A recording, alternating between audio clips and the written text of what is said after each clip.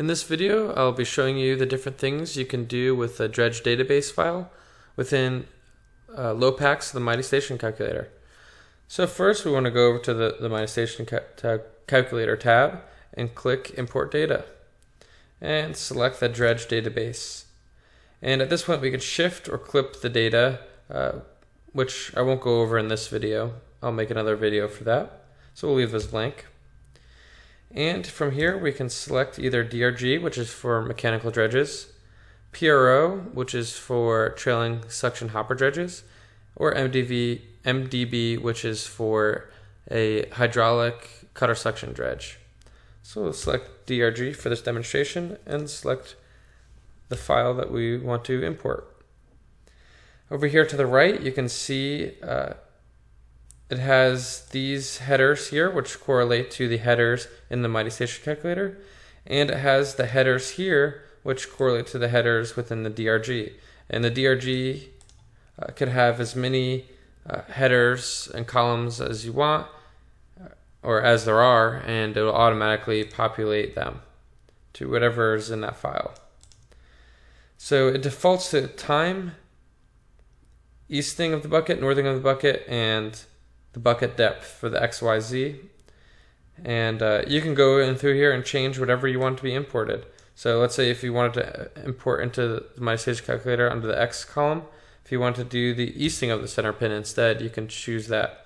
But we'll keep it for the easting of the bucket. You can use this button up here to change the X and Y to station range if you'd rather import into the station range of the Mighty Station Calculator, because some of the options or some of the recorded data within the Dredge database file is in station range. So the first filter we can do is a time filtering for the Dredge database file.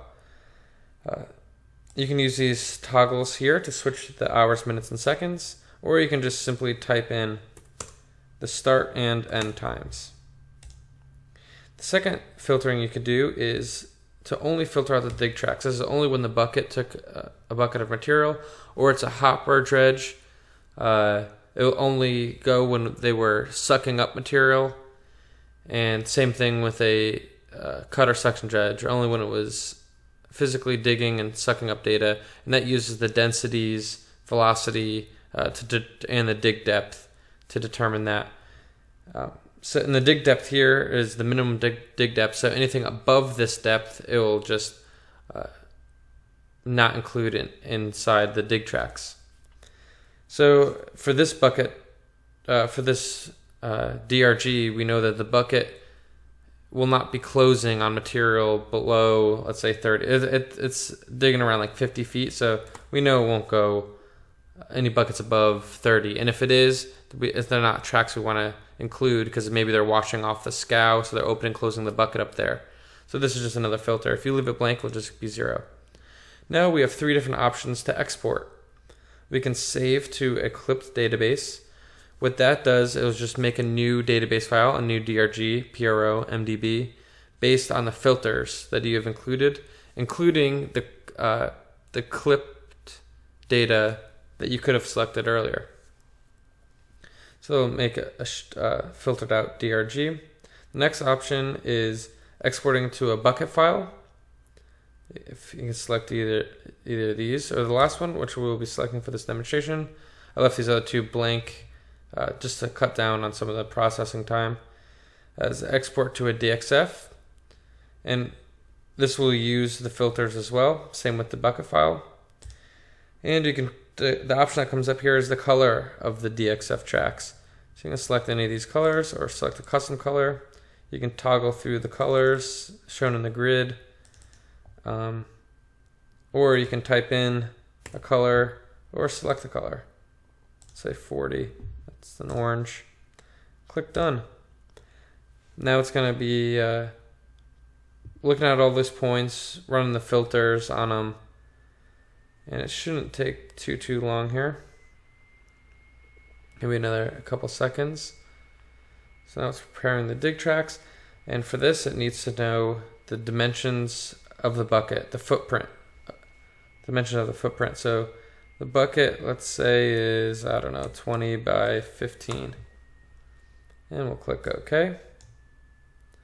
And now it's going to ask you where you want to save the data, or the DXF of the tracks.